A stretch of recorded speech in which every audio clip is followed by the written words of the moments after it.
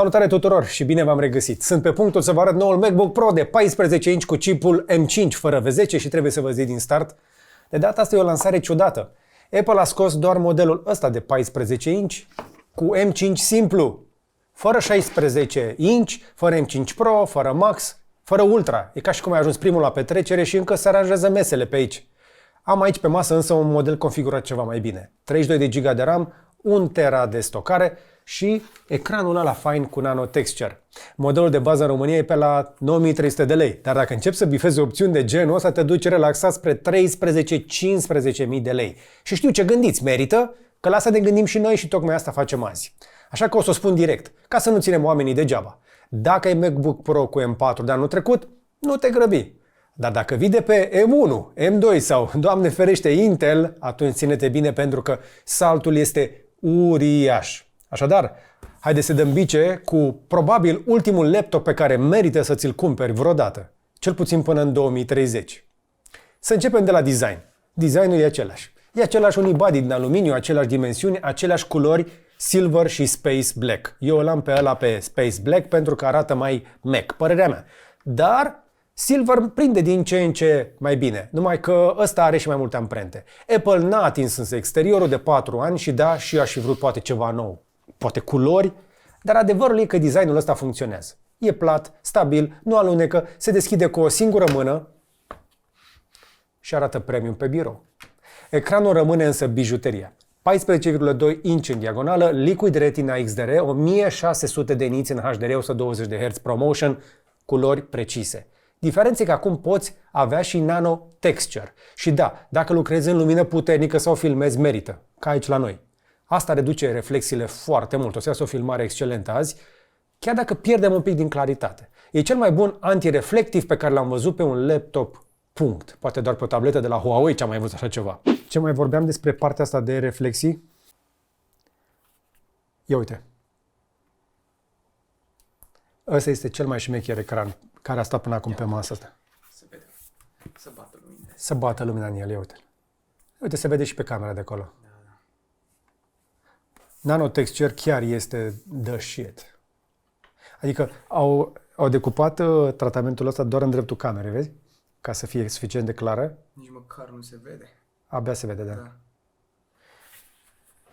Ia și mai puțin amprente, dar nu e touch, așa că nu o să te încurce chestia asta. Însă Nano Texture până acum era rezervat pentru variantele foarte scumpe de iPad Pro și de monitoarele acelea Cinema Display, care scumpe, dar profesioniștii le apreciază pentru că din orice unghi mă uit aici.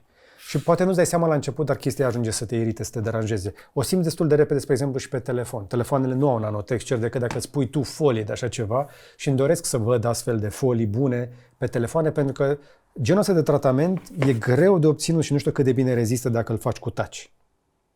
Deci, cred că sacrificarea touch-ului pentru a avea nano texture și un ecran atât de bun, chiar dacă, vă spuneam, nu este OLED, dar sunt tare curios câți dintre cunoscuții tăi, după ce le arăți un astfel de ecran și le spui zi dacă e OLED sau LED, mini-LED, nu o să știe nimeni.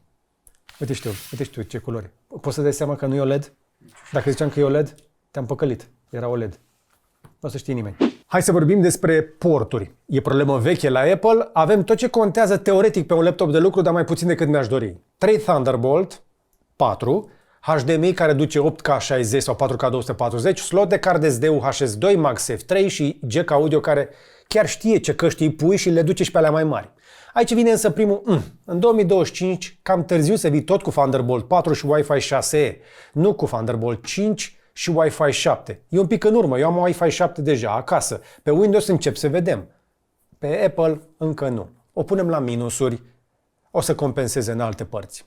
Hai mai bine să vorbim despre performanță reală, nu doar cifre. Să mergem la miez. Chipul M5. În testele independente, M5 a făcut deja în Geekbench 6 peste 4280 de puncte pe single core. Asta îl pune în zona de cel mai rapid core de laptop la momentul ăsta pe planetă. Multicore aproape 17.800-18.000 undeva, adică peste 20% mai mult decât M4, care era deja foarte puternic. Nu e dublu, dar e un pas sănătos înainte. Partea faină însă e GPU. Apple a băgat în fiecare core grafic acceleratoare pentru AI. Asta înseamnă că atunci când rulezi un model local, cum am făcut eu, când faci denoise cu AI în Premiere sau când lași un LLM să-ți rezume un fișier mare, timpul până vezi primul rezultat e mai scurt. Cam aproape cu 2x față de M4 și de 6 ori mai rapid decât pe M1. Aici se vede că acest M5 e gândit pentru macOS Tahoe și pentru Apple Intelligence, nu doar pentru Adobe Premiere. Asta este foarte tare. Deci pe QuickTime m-am filmat și în același timp i-am dat și screen recording și pot să deschid și FaceTime-ul fără niciun fel de conflict de hardware. Și procesorul încă nu zice nimic. Fii atent. În paralel am în spate deschis Logic Pro. Am un proiect de melodie de aici. Sună cunoscut? Melodia Billie Eilish reconstruită de un băiat pe care l-am găsit pe YouTube și am luat template-ul lui. Nu sunt bun la Logic Pro, dar trebuia să văd dacă merge. Și mai am, în paralel mai merge și LM Studio. M-am jucat cu mai multe modele. Nu știu dacă ați auzit de DeepSeek, dar există și versiunile Qwen și există Qwen 3 cu 4 miliarde thinking, 4 miliarde în 3 variante. Și m-am jucat un pic cu ele. Încă nu știu foarte bine limba română, dar l-am întrebat, spre exemplu, uite, știu că am avut o discuție lungă. What is the meaning of life for a Romanian? Păi și este foarte tare cum se gândește asta și zice așa. The meaning of life, o să traduc în limba română, este un concept filozofic profund și personal, o întrebare care nu are un singur răspuns acceptat universal. Faptul că ești român însă și altă naționalitate, religie, cultură, să găsești the meaning of life, cum zicem, sensul vieții, înseamnă să-ți explorezi propriile valori, credințe, experiențe și aspirații. Și după aia îmi intră în chestii, spre exemplu, ce înseamnă să fii român? Valoarea familiei și comunității, rezistența în fața adversității, aprecierea frumuseții și finding presence, adică să găsești, deci profund, pentru o chestie care poate să vorbească toate limbile. Asta e un DeepSeek R1 rulat local. În testele pe aplicații lucrurile arată cam așa. Spre exemplu, pe Handbrake, pentru 4K, la conversii în 1080p, M5 e cu aproape un minut mai rapid decât M4. Pe Lightroom, dacă faci export de câteva sute de RAW-uri, M5 taie câteva zeci de secunde. Deja vedeți unde ajung cu chestia asta. Hai să vorbim despre editare video. Premiere, Final Cut cu AI, audio sau background-uri modificate, vizibil mai rapid decât M1 sau M2, dar puțin peste M4. Și asta doar pe cifre seci. Acum vine însă bomba, SSD-ul. Pe modelul ăsta am văzut viteze de peste 6400 spre 6700 de megabytes la citire și scriere. Asta e aproape dublu față de M4 la aceeași capacitate. Asta înseamnă că importul de pe card e mai rapid, proiectele mari se deschid mai rapid și foarte la modă zilele astea, modelele de AI locale se încarcă mai repede. Cu ocazia asta pot să vă arăt cât de repede se descarcă și se instalează o aplicație, că de-aia este SSD-ul ăsta atât de rapid. Despre asta vorbesc. 6300 la scriere, 6500 la citire. Testul 2, 6400 cu 6734. Și am aici comparațiile pentru tot ce înseamnă toate formatele, ProRes, NTSC, pe Blackmagic RAW, pe toate rezoluțiile. Nu știu cine e furnizorul celor de la Apple pe SSD-uri, dar face o treabă excelentă. Într-o vreme era Hynix, încă am un SSD vechi de la ei, de pe un Mac mai vechi. Între 6400 scriere și 6700 citire, da, ce ați auzit se confirmă. Așa arată o bestie, în adevăratul sens al cuvântului, și pe chestia asta. Și da, pot să confirm chestia asta, am forjat pe el AI-uri tot weekendul. Aici Apple chiar a făcut un upgrade pe bune, nu e doar marketing. De-aia zic că s-ar putea să fie ultimul laptop, dar mai vorbim un pic. Și uite, zi-mi o întrebare, ce să-l întreb, ca să vedem cum procesează. Care este cel mai mare imperiu al lumii dacă nu îl pui pe cel al lui Genghis Khan? Iar în câte secunde vine primul răspuns, a început să râșnească, este pe baterie în momentul ăsta, mai am și Logic Pro deschis, fac și screen recording și e pe Thinking, nu am luat modelul Lite și deja, uite, vezi cum procesează? Deja gândește. Am aceeași viteză de răspuns la Thinking ca pe modelele plătite. Am testat chestia asta tot weekendul și mi se pare spectaculos. Face treaba asta local? O face local, pentru că am descărcat local modelele astea, am descărcat 4 modele. Și uite aici în colțul din dreapta jos, văd cât RAM folosește, doar 15% din procesor și 5 GB din RAM. Contextul este doar 62,3% plin. Și deja mă răspunde. Uite cât de repede răspunde. The largest empire by land area before the Mongol Empire was the Byzantine Empire. E adevărat? Da, este. Așa cred eu. Și dacă așa zice și el. Te-ai uitat la Discovery în weekend? Nu. Te-ai uitat pe YouTube, zi sincer. Uite, Imperiul Bizantin, Imperiul Otoman, Imperiul Aztec, Inca, Han, Carolingian Empire, Europe. Chestia asta poți să rulezi local, fără net. Deci poți să-i tai netul dacă vreau în momentul ăsta, toate astea rulează local. LM Studio, eu l-am mai arătat împreună cu Radu, spre exemplu, de mai multe ori, inclusiv la Curiosity Summit. Vă încurajez pe voi, LM Studio, încărcați-vă orice modele vreți voi, este atât de simplu, te duci aici, uite, astea sunt modele pe care mă joc eu, mă uitam, spre exemplu, la Kimi weekendul ăsta și am început să search for more results, poți să găsești online și vrei să zic pe ce merită să dai banii zilele astea? Fii atent. Ăsta actualizat ieri. Există un Kimi K2 Thinking care are o dimensiune de 246,85 GB. Care șmecheria costă? Ai nevoie de 247 de GB de RAM ca să rulezi. Dar ăsta se bate cu Claude și cu ChatGPT în versiunile pro plătite, dar și poți să le rulezi local la nesfârșit fără să zică că ți-a expirat creditele sau n-ai internet, înțelegi? Cu 247 de GB de RAM. Cu 247 de GB de RAM, dacă îl vrei. Ăsta se pare că ar fi momentul ăsta cel mai avansat model de inteligență artificială open source, pe care, încă o dată, poți să rulezi local pe LM Studio, rulezi modele și mai sunt sute de variante și forcuri. Ok. Mac și gaming?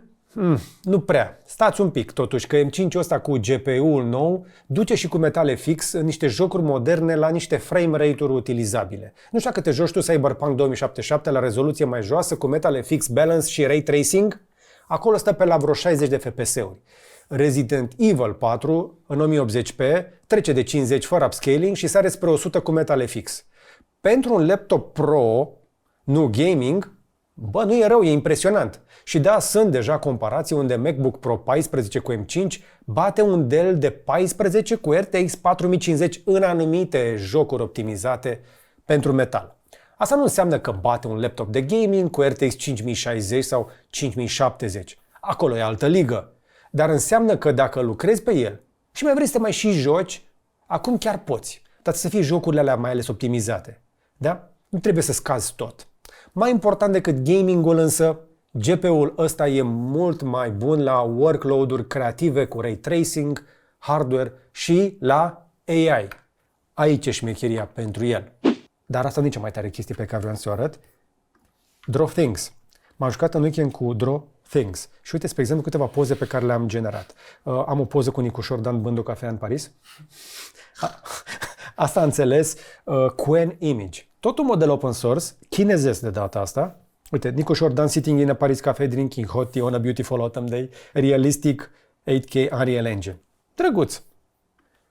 Dar am zis, uite, aici am zis Steve Jobs și cu Albert Einstein bând un ceai în Paris, după care am să fac o casă maramureșeană în stil de acuarelă sau guaș, după care am să fac încă una și pe care am să fac o casă din Osaka. Toate astea au fost generate local. Diferența este că astea, spre exemplu, la primele m-am dus la rezoluții mari, că am vrut să văd de cât are nevoie. Pentru o poză cu upscaling la 4000 pe 4000, deci am plecat de la 1000 pe 1000, mi-a luat 8 minute. Dar dacă scazi la 512 pe 512 cu un upscale de 2x numai, o să stai sub 2 minute. Asta este experiența mea. Dar, hai să schimbăm promptul. Establish shot of a fight between a Romanian călușar and a samurai și să-i dăm start.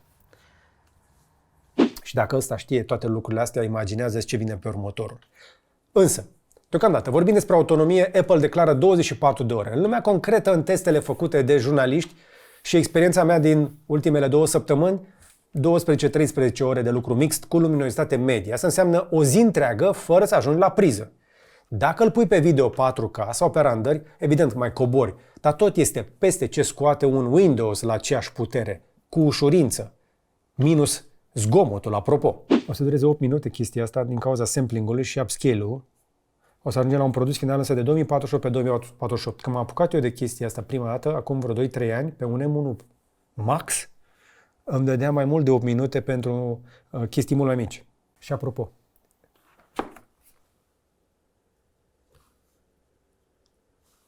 abia dacă se aude ventilatorul. Deci în momentul ăsta se registrează ecranul, generează o imagine și încă nu s-a încălzit suficient cât să pornească ventilatorul. Dar hai să vedem ce zice Activity Monitor. Ia uite, pe memorie. Drawthings consumă 80% din GPU, că acolo este partea de Apple Intelligence. Mai am Logic Pro care face ceva acolo în fundal, dar cel mai mult este pe Drawthings și care reușește să consume bine GPU-ul de pe acest sistem. Și asta este partea cea mai importantă. Degeaba luăm modele de inteligență artificială, facem tot felul de chestii la bord, dacă sistemul nu e optimizat să ofere din fiecare nucleu procesare. Pentru că te poți trezi că da, este un multicore, dar dacă unul singur râșnește acolo și dacă memoria RAM și toate lucrurile astea, înțelegi unde vreau să ajung. Abia acum începe să audă un pic ventilatorul, auzi? The only one fan. Se aude mai tare ventilația noastră de aici din încăpere decât ventilatorul laptopului. Cam asta este maximul pe care o să-l auzi când o să faci inteligența artificială, când o să faci încă o dată și screen recording și procesare și tot felul de chestii local. De ce nu e mai mult însă decât M4? Pentru că M5 stă mai sus ca frecvență. Deci mănâncă un pic mai mult când îl forțezi. Și e ok. Eu prefer și performanță când am nevoie de ea, pentru că baterie chiar e destulă. Răcirea e un singur ventilator, ca de obicei, în lucru ușor nu-l auzi. În randări începe să se aude, dar nu e turbina de pe gaming-uri de laptop. Temperaturile rămân în zona de 70 și un pic maxim, ceea ce e civilizat, încă o dată, pentru un 14 inch. Încărcarea rapidă cu încărcătorul de 96 de W duce bateria la jumătate în jumătate de oră. E util când ești pe teren. Apropo, va trebui să-ți iei un încărcător de 70 de W de la Apple pentru că nu-l găsești în cutie. Dacă vrei cu adevărat 100 de W, intră acum pe gb.ro. Nu glumesc, nu mai ai încărcător în cutie. Dacă vrei încărcare rapidă, ori îți iei un încărcător mai mare de 70, deși nu știu dacă chiar o să-l folosești tot timpul, dar dacă chiar ești productiv și ești pe teren și te grăbești, uite-te la încărcătoarele de la noi. O altă chestie. Apple a păstrat și conectorul MagSafe, dar evident se poate încărca și pe fiecare USB. Iar magnetul mi se pare mie că e mai strong ca niciodată. De serios, trebuie să tragi destul de tare. O mențiune importantă la partea cu încărcătorul. Încărcătorul nu este în cutie nu pentru că nu vrea Apple, ci pentru că îi obligă Uniunea Europeană. Pentru că toate device-urile din Uniunea Europeană trebuie să se poată încărca cu orice încărcător. Da, se poate încărca. Cel de 70 de W, pe exemplu, este o zonă medie, așa. Dacă vrei mai mult, evident, să-ți iei altul. Dar ce am apreciat, și ei spun lucrul ăsta, că au redus prețul laptopului cu echivalentul costului încărcătorului. Tot nu o să fie ieftin. Și acum nu se mai strică dacă le încarci cu alte încărcătoare? Nu se strică. Că mai de mult așa era vorba. Cu toate device-urile, că dacă nu le încarci... N-a stricat nimeni niciun laptop încărcat cu alt încărcător. De când a apărut încărcarea cu USB-C, există protocol de încărcare înregistrat pe chip. Încărcătorul vorbește cu device-ul și spune câtă putere să-ți dau, câți amperi. Și ăsta zice, poți să iau atâți. Perfect. Și îi ajustează în funcție de cât acceptă. Nu mai suntem în vremurile în care se făcea încărcare analogică, dai curent în el și sper că o să meargă. De-aia explodau bateriile, pentru că încărcătorul dădea maximul posibil și dacă nu era în stare să preia energia, să o pună în baterie device-ul, acolo apărea overload, nu? Deci, practic, poate să dea prea puțină putere acum. Acum, riscul cel mai mare pe care poți să-l ai când încarci pe USB-C, ăsta este adevăratul risc din punctul meu de vedere, să încarci prea lent, mai încet decât poate să ducă device-ul. De-aia, ăsta este foarte bun și l-ai băgat aici.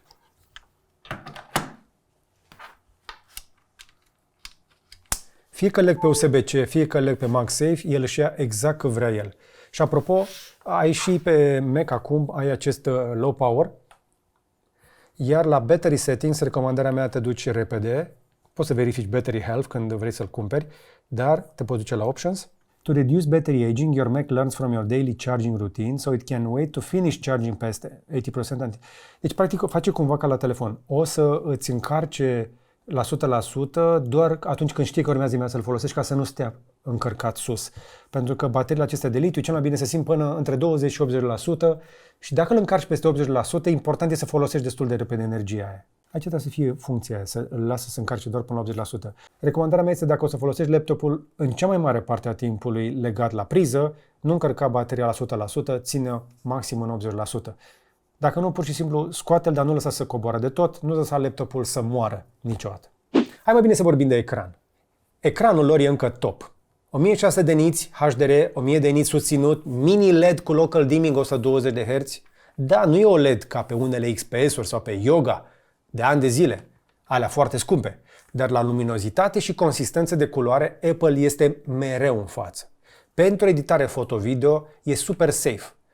Nano Texture, în schimb, dacă lucrați în studiouri cu multă lumină sau filmați în fața laptopului, luați-l fără să vă gândiți. E scump, dar e unul dintre puținele tratamente mate care nu strică imaginea rău. Hai să vorbim despre camera. 12 megapixeli cu center stage te urmărește și arată bine. Hai să vedem cum se vede și cum se aude. Hai să arăt ce am făcut eu. Vrei să arăt ce am făcut eu? Fii atent. Asta este vezi chestia asta? Deja și-a dat seama că e un telefon în apropiere și vreau să-l folosesc pe post de microfon. Practic, dacă nu ești mulțumit de sunetul de pe Mac-ul tău, poți să-ți legi iPhone-ul și dintr-o dată.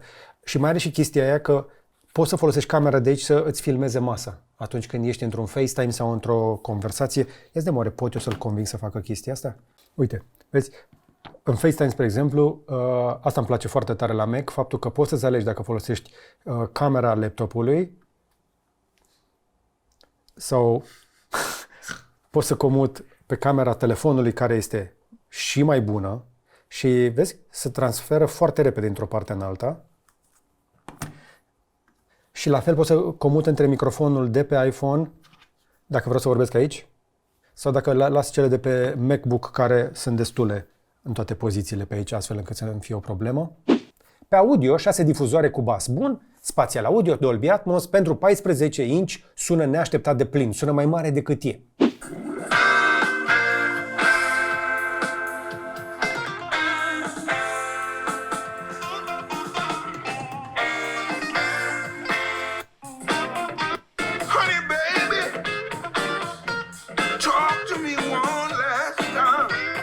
Apple are, cred eu, în momentul ăsta una dintre cele mai tari echipe de sound tuning. Să pui genul ăsta de sunet într-un device atât de compact, nu a reușit încă nimeni să egaleze în momentul ăsta.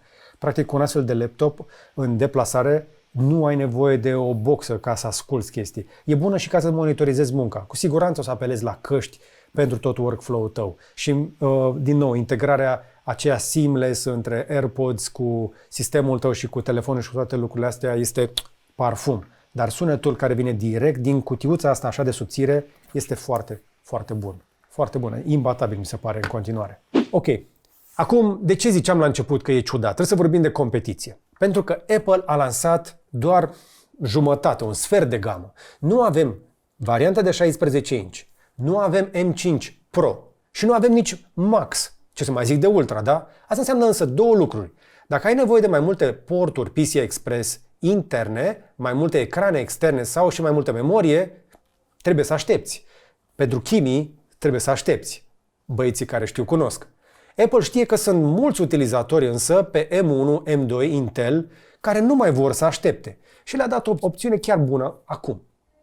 Pe Windows, cele mai apropiate alternative ar fi de la Dell XPS 14, 16, care arată superb, au OLED, dar autonomia e de obicei la jumate și se aud când forjează. N-ai ce să faci. Pe Lenovo, faimoasele ThinkPad X1, da, sunt perfecte pentru business, dar GPU-urile lor tradițional sunt întotdeauna mai slabe și dacă vrei să le forjezi, obții același lucru ca la Dell. Pe HP Spectre, versatil, dar nu atât de rece și nu atât de autonom. Alea se vând mai mult prin companii, oamenii ăia nu vor forja pe AI sau pe editare. Apoi vine zona de gaming, gen Zephyrus, care bate la jocuri, dar pierde la baterie și, evident, la zgomot. E un motiv pentru care și eu mi-am scos PC-ul din birou, nu mai suportam ventilatoarele. M-am întors pe un laptop. Și concluzia aici e simplă. Dacă vrei combinația de performanță, baterie plus construcție, ecran, MacBook-ul rămâne cel mai rotund pachet. Dacă vrei neapărat Thunderbolt 5, Wi-Fi 7, touchscreen, ecran care îți dea peste cap, upgradabilitate, te duci direct pe Windows, n-ai ce face aici. Și mai rămâne problema prețurilor în România. Pentru cine e acest laptop? Așadar, să vorbim de bani. M5-ul de la 16 GB de RAM cu doar jumătate de tera de stocare, 9300 de lei la comercianții mari. Nu e puțin deloc. M5 cu 24 de GB de RAM 1 tera urcă spre 11.500 de lei. M5, 32 de GB de RAM, 1 tera, te duci deja spre 13-14.000 de lei și încă n-am pus nano texture. E încă un plus bunicel la tot pachetul, care încă o dată trebuie să-l recomand. Așadar, sar de 3.000 de euro? Cam da. Dar dacă vrei 2 terabytes sau 4 tera, știi cum e la Apple, nu? Nu trebuie să-ți mai spun eu. Așadar, cumpără-l dacă vii de pe Intel, M1 sau M2. Cumpără-l dacă ai workflow-uri cu video, foto, AI și vrei totul local, acolo în locație. Oriunde ar fi, fără să depinzi de baterie. Acum poți să faci pe un procesor pe care nu scrie Pro. Și asta dacă vrei autonomie reală de o zi, chiar și în astfel de condiții. Ia-l și dacă ești deja în ecosistem și vrei să ai cel mai fresh Tahoe combinat cu Apple Intelligence și cu iPhone, așa cum trebuie. Dar nu cumpăra dacă ai deja, încă o dată, M4. Procesorul de anul trecut este mai mult decât ok. Diferența încă nu se justifică decât dacă ești foarte chitit pe Apple Intelligence. Nu-l cumpăra nici dacă vrei un ecran mai mare. M5 Pro și M5 Max urmează, sunt sigur, în următorul val, poate prin primăvară. Nu-l lua nici dacă vrei gaming, dacă asta e prioritatea ta, ia-ți o consolă sau un laptop de așa ceva. Nu-ți iei Mac pentru gaming, rămâne valabil și în 2025. Așadar, dacă stai cu bugetul sub 10.000 de lei și nu vrei să treci, găsești un M3 sau un M4 la reducere, nu ăsta.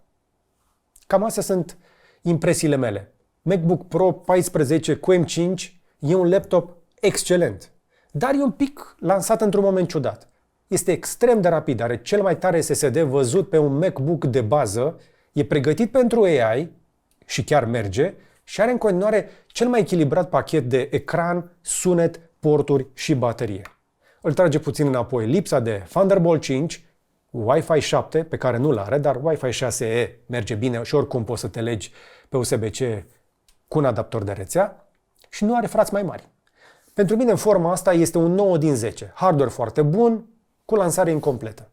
Acum, dacă v-a fost util clipul meu, dați un like, abonați-vă și spuneți-mi în comentarii pe ce sunteți. Mai cineva aici pe Intel, M1, Windows și foarte important, dacă vreți să-l vedeți în teste mai aprofundate, sunt o grămadă de clipuri pe internet. Nu sunt eu omul potrivit să facă deep dive-urile astea, dar m-am uitat și eu la unii dintre oamenii ăia și sunt fascinanți. Un băiat, spre exemplu, care Logic Pro face lucruri spectaculoase. Pentru mine însă este laptopul pe care l-aș lua oriunde. Sunt foarte tentat să cobor înapoi la 14 inch pentru că laptopurile de 16, oricât de mult îmi plac mie ecranele mari, sunt grele. Sunt rezistente, merg oriunde, le-am folosit chiar și fără carcase, până când am reușit să ciobesc efectiv aluminiul de pe un MacBook Pro de 16 cu procesor M1 Pro și încă merge foarte bine. Dar acum e bătut de asta.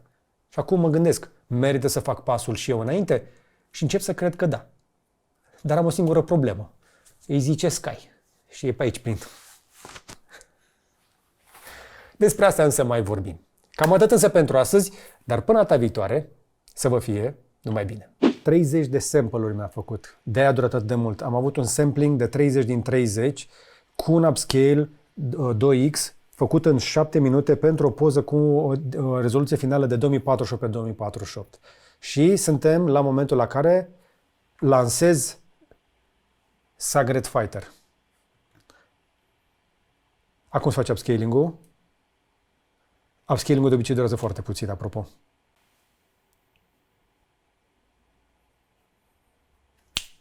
Ai ce repede ai făcut upscale? Arată mișto? No loser, samer gamer. Păi arată bine. Da, da.